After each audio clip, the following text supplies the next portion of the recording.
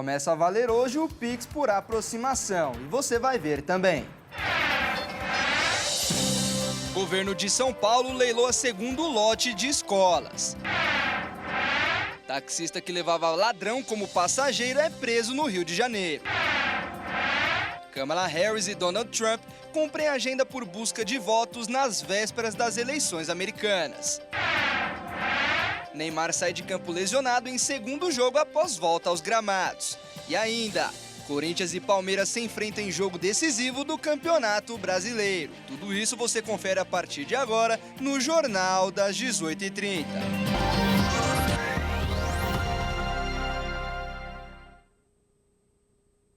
Bem-vindo, nós estamos ao vivo. São 18 horas e 33 minutos pelo horário de Brasília. Eu sou Fernando Jesus e a partir de agora você confere comigo as notícias do Brasil e do mundo dessa segunda-feira. Uma ótima semana para você.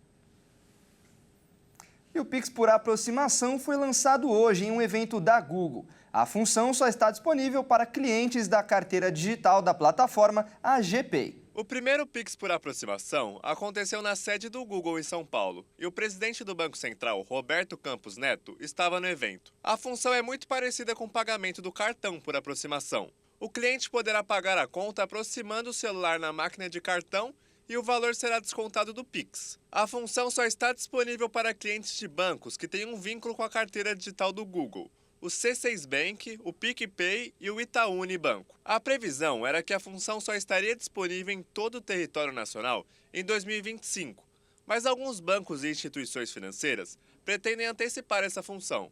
A expectativa é que o Pix por aproximação seja liberado esse mês em todas as instituições financeiras. Para compras com valores menores de R$ 200, só será necessário encostar na maquininha.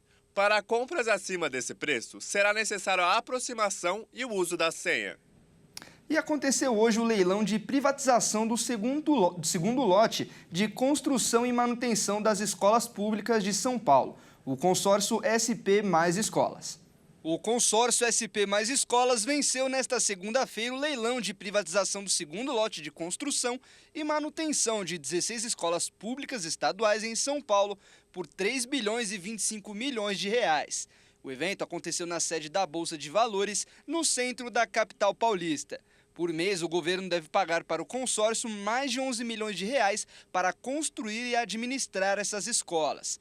A concessão será para a construção, manutenção, conservação, gestão e operação de 16 novas escolas com ensino médio e fundamental 2. Ao todo, serão 476 salas de aula e 17,6 mil vagas destinadas ao ensino médio e fundamental. Do lado de fora do evento, estudantes e professores protestavam contra a privatização e derrubaram as grades de ferro colocadas na frente do local. A polícia militar lançou bombas de gás e alguns manifestantes foram agredidos com cacetetes. O prazo da concessão é de 25 anos, mas os pagamentos mensais para o consórcio SP Mais Escolas só vão começar quando as escolas forem entregues. Segundo o secretário de Parcerias e Investimentos, Rafael Benini, a previsão é que parte das escolas estejam prontas no início do primeiro semestre de 2026 e a outra metade no primeiro semestre de 2027. E o ministro da Fazenda, Fernando Haddad, falou que o pacote de corte de gastos está adiantado. Ele afirmou que o anúncio deve sair ainda nesta semana. Fernando Haddad afirmou que o pacote de corte de gastos está na reta final. Segundo ele, as propostas estão adiantadas do ponto de vista técnico e o anúncio deve sair ainda nesta semana. Haddad tinha reunião marcada com o presidente Lula para falar sobre o pacote de corte de gastos. De acordo com o ministro da Fazenda, o chefe do executivo pediu para que técnicos viessem para Brasília para debater o tema. O ministro deveria viajar para Paris, Londres, Berlim e Bruxelas, mas cancelou a viagem a pedido de Lula e focou sua atenção na finalização da parte técnica do plano de corte de gastos. A área econômica faz os últimos ajustes nas medidas de contenção de despesas que devem ser apresentadas nesta semana. Essas ações são necessárias para frear dívida e juros que penalizam investimentos. Haddad ainda se mantém cauteloso quanto às medidas e não confirma o que vem sendo ventilado em bastidores. Nos últimos dias, o ministro defendeu que entende a inquietação do mercado, mas acrescentou que o governo apresentará propostas para manter o arcabouço fiscal operante. A Polícia Federal indiciou o suposto mandante das mortes de Bruno e Dom no Amazonas em 2022. O documento encaminhado à Justiça conta com um total de 9 indiciados. Rubem Dário da Silva Vilar, conhecido como Colômbia, foi indiciado pela Polícia Federal como mandante dos assassinatos do indigenista brasileiro Bruno Pereira e do jornalista britânico Dom Phillips, ocorridos em junho de 2022, no Vale do Javari, no Amazonas. O documento foi encaminhado à Justiça com, no total, 9 indiciados. Segundo a PF, apenas Rubem aparece como mandante. Ele ainda é investigado por pesca ilegal e tráfico de drogas. A investigação indicou que Colômbia forneceu cartuchos para a execução do crime, patrocinou financeiramente as atividades da organização criminosa e interveio para coordenar a ocultação dos cadáveres das vítimas. A investigação policial confirmou que os assassinatos aconteceram por causa das fiscalizações realizadas por Bruno Pereira na região. Após 2 anos de investigação, a PF mostrou no documento a atuação do crime organizado na região de Atalaia do Norte, no Amazonas, ligado à pesca e à caça predatória. A ação dos criminosos também resultou em ameaças aos servidores de proteção ambiental, às populações indígenas, além de causar impactos socioambientais. Colômbia está preso desde dezembro de 2022. E no Rio de Janeiro, a Polícia Civil prendeu nesta segunda-feira um taxista por roubo de carros e motos em Santa Teresa. O repórter Anderson Nascimento traz mais informações. A polícia prendeu nesta segunda-feira um taxista por roubo de carros e motos em Santa Teresa, na região central do Rio de Janeiro.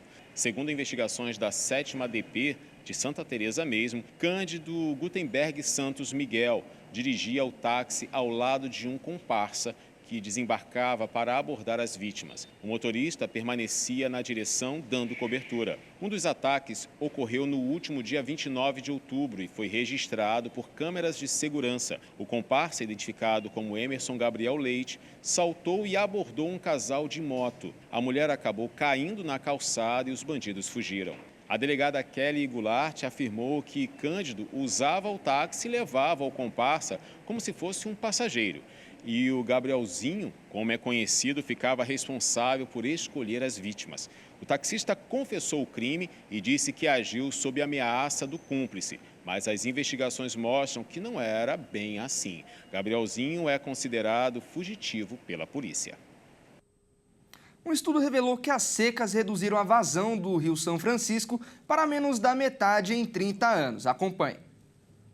As mudanças climáticas afetaram gravemente a vazão do Rio São Francisco. Um estudo do Laboratório de Análise e Processamento de Imagens de Satélites da Universidade Federal de Alagoas apontou que o volume de água do Velho Chico foi reduzido para menos da metade entre os anos de 1990 e 2020. A vazão do Velho Chico, que nos anos 90 passava de 4.500 metros cúbicos por segundo, ficou abaixo de 1.000 metros cúbicos por segundo nos períodos de seca extrema, como a que o Brasil tem enfrentado nos últimos anos. A estiagem também reduziu o volume de água de todos os 168 afluentes do rio. Segundo os pesquisadores, essa situação afeta toda a extensão do São Francisco, desde a nascente, em Minas Gerais, até a foz, entre os estados de Alagoas e Sergipe, mas é mais grave no Baixo São Francisco, entre a represa de Xingó e a foz do rio, onde enormes ilhas continuam se formando. Os ribeirinhos transformam essas ilhas em roças e pastos. Aos poucos, a mata ao longo do leito do Velho Chico vai ficando cada vez mais escassa. Sem vegetação, as margens do rio ficam desprotegidas e formam imensos bancos de areia. O vento e água batem e arrastam essa terra para o leito do rio, que está cada vez mais raso e largo, o que atrapalha a navegação e afeta o transporte de carga e o turismo na região. E a Agência Brasileira de Proteção de Dados instaurou um processo contra a rede social TikTok. O objetivo é fazer com que a plataforma crie medidas para a proteção de dados das crianças e dos adolescentes. A Autoridade Nacional de Proteção de Dados informou nesta segunda-feira ter instaurado um processo administrativo para que o TikTok implemente medidas imediatas para a proteção de dados de crianças e adolescentes. Não estão descartadas sanções à plataforma de propriedade chinesa.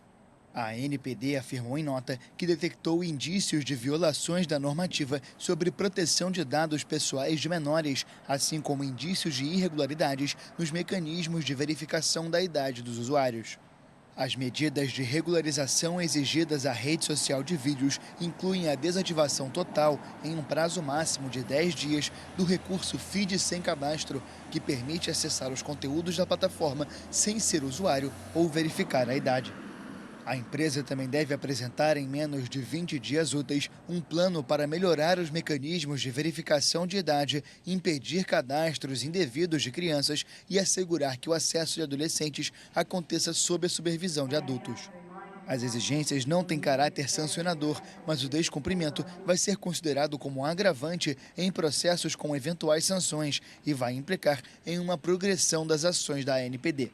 Em paralelo, a agência reguladora também abriu um processo administrativo para investigar se o TikTok, controlado pela companhia chinesa ByteDance, já incorreu em um tratamento inadequado com dados de menores. E veja a seguir, Kamala Harris e Donald Trump cumprem a agenda por busca de votos nas vésperas das eleições americanas. E ainda, Corinthians e Palmeiras se enfrentam em jogo decisivo do Campeonato Brasileiro. Nós voltamos já.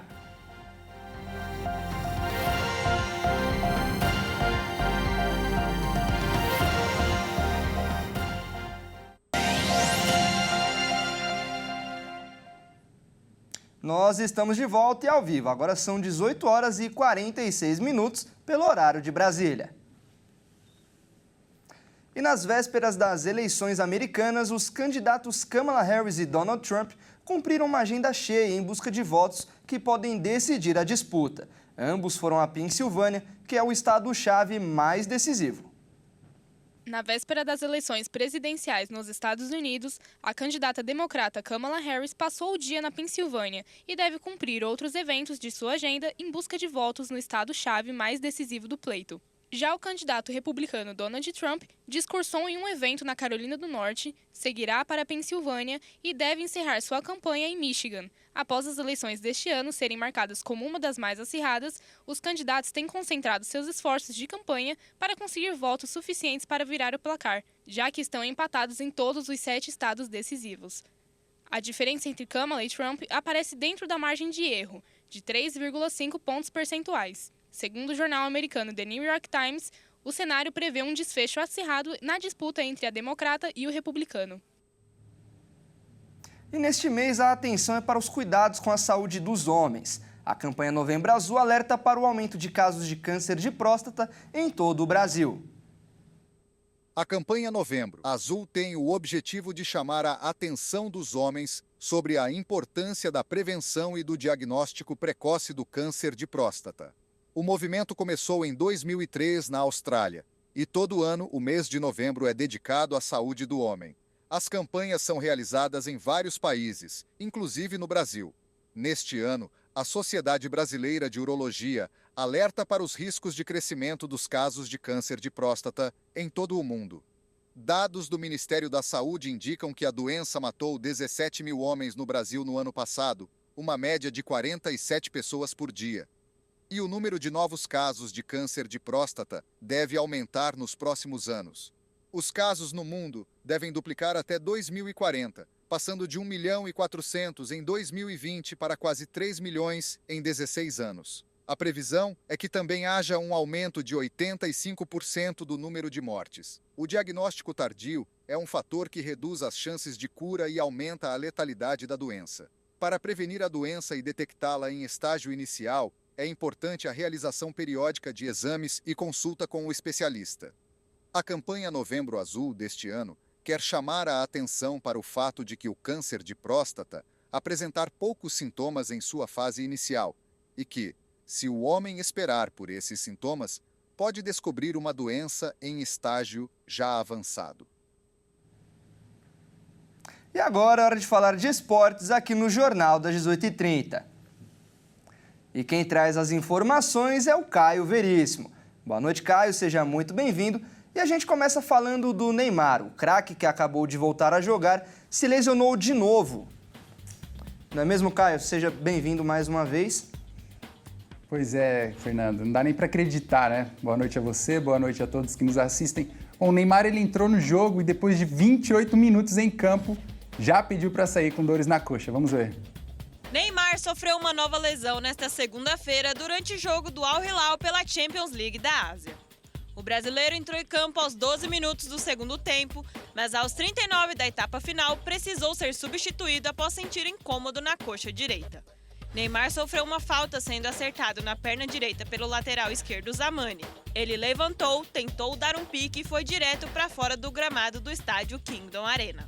Imagens da transmissão mostraram o atacante sendo abordado por seus colegas de time, preocupados com seu estado.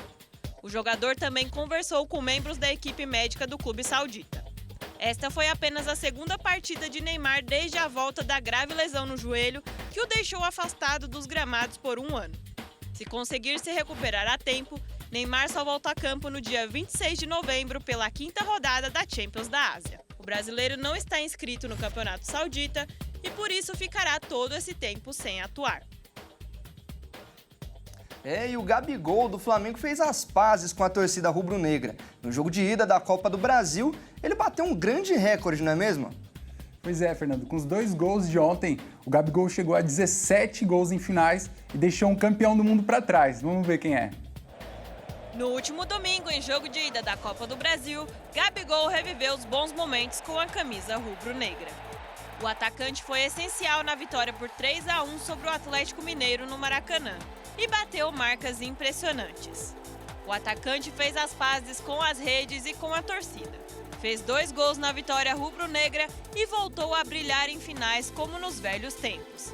E reviveu sua personalidade provocadora que irrita os adversários. O atacante saiu de campo ovacionado pela torcida ao ser substituído no segundo tempo. Gabigol entrou para a história ao ultrapassar a marca de Ronaldo Fenômeno e alcançar o top 7 da história com mais gols em finais. Gabriel Barbosa soma 17 gols em finais, um a mais que Ronaldo Fenômeno. O primeiro gol decisivo de Gabi foi em sua primeira final na carreira, também na Copa do Brasil, quando ainda jogava pelo Santos. Os outros 16 gols em finais foram pelo Flamengo, sendo eles 4 gols na Libertadores, 5 gols na Supercopa, 1 gol na Recopa, 4 gols no Campeonato Carioca e agora os 2 gols na Copa do Brasil. Ao bater a marca de Ronaldo, Gabigol fica atrás apenas de grandes craques do futebol mundial, como Messi, Pelé, Cristiano Ronaldo, Neymar, Romário e Lewandowski. Confira o top 10 de jogadores com mais gols em finais. Em primeiro, Messi com 35, em segundo, Pelé com 31, em terceiro, Cristiano Ronaldo com 22, em quarto, Neymar com 21, em quinto, Romário com 18, em sexto, Lewandowski com 17, em sétimo, Gabriel Barbosa com 17, em oitavo, Ronaldo Fenômeno com 16, em nono, Suárez com 16 e em décimo, Puskás com 15. E essa quantidade de gols pode aumentar mais ainda no jogo de volta. Mas agora falando de Campeonato Brasileiro, daqui a pouquinho o Corinthians enfrenta o Palmeiras lá em Itaquera. E apesar da distância na tabela, hoje é um jogo de final para os 2 times, não é mesmo? Só por ser um clássico, o jogo já é um atrativo à parte. Mas com os 2 times lutando, um para ser campeão e o outro contra o Z4, esse jogo promete muito. Nesta segunda acontece o confronto mais aguardado da 32ª rodada do Campeonato Brasileiro, o Derby Paulista. O duelo vale muito para ambas as equipes. O Corinthians vem de uma dolorida eliminação na Copa Sul-Americana para o Racing e busca continuar no caminho das vitórias no Campeonato Brasileiro para seguir na Série A no ano que vem. Uma prova de fogo para o técnico Ramon Dias, que não vem agradando a torcida alvinegra. Apesar da situação ainda não ser das melhores, o Timão viu seus concorrentes diretos na briga para não cair perderem pontos nessa rodada, como o Bragantino, que empatou com o Cuiabá, e o Atlético Paranaense, que perdeu para o Vitória. O craque holandês Memphis Depay se diz animado para o seu primeiro derby. Monday is my first derby, so everybody in the club knows what it means to play this, and I'm looking forward to experience that. And I'm excited. These are the games that you, as a player, want to play, and these are the battles you want to win. And I'm excited, to see tomorrow how it's going, because I know that with our fans, the game is gonna be on fire for like 90 minutes and Já o Palmeiras está na luta pela liderança e busca se recuperar após empate em casa contra o Fortaleza. O Alviverde está a 3 pontos do líder Botafogo. Além de estar invicto no torneio há 11 jogos, o Verdão ainda conta com um tabu a seu favor. Não perde para o maior rival há 3 anos. São exatos 1.136 dias desde que o Palmeiras perdeu o derby pela última vez, em 25 de setembro de 2021. De lá para cá, foram 8 encontros entre os dois clubes, com 5 vitórias alviverdes e 3 empates. É a maior série invicta do Palmeiras diante do seu maior rival. Este também é o 8º técnico diferente que Abel Ferreira enfrenta no comando do time adversário, desde que chegou ao Palmeiras em outubro de 2020. O jogo vai acontecer na Neoquímica Arena, estádio do Corinthians, às 20 horas e vai contar com a casa cheia. É um jogo que promete ser um grande espetáculo, Caio. E eu te faço uma pergunta, é mais fácil o Palmeiras se aproximar do título ou o Corinthians fugir da zona de rebaixamento? O Palmeiras é o bicampeão, o atual bicampeão, então vai querer, com todas as forças, ser campeão mais uma vez, né? Conquistar o tricampeonato. Já o Corinthians tem a força da torcida em casa, é difícil ser batido em casa. Então, eu acredito que os dois tenham grandes possibilidades, mas o jogo de hoje vai definir muita coisa, Fernando. Com certeza, Caio, vai ser um grande jogo. E muito obrigado pelas informações. E amanhã a gente volta com mais notícias dos esportes. Tá certo, então até amanhã. Tchau, tchau. Grande abraço. E o Jornal das 18h30 fica por aqui. Muito obrigado pela sua companhia e uma ótima noite para você. Até mais.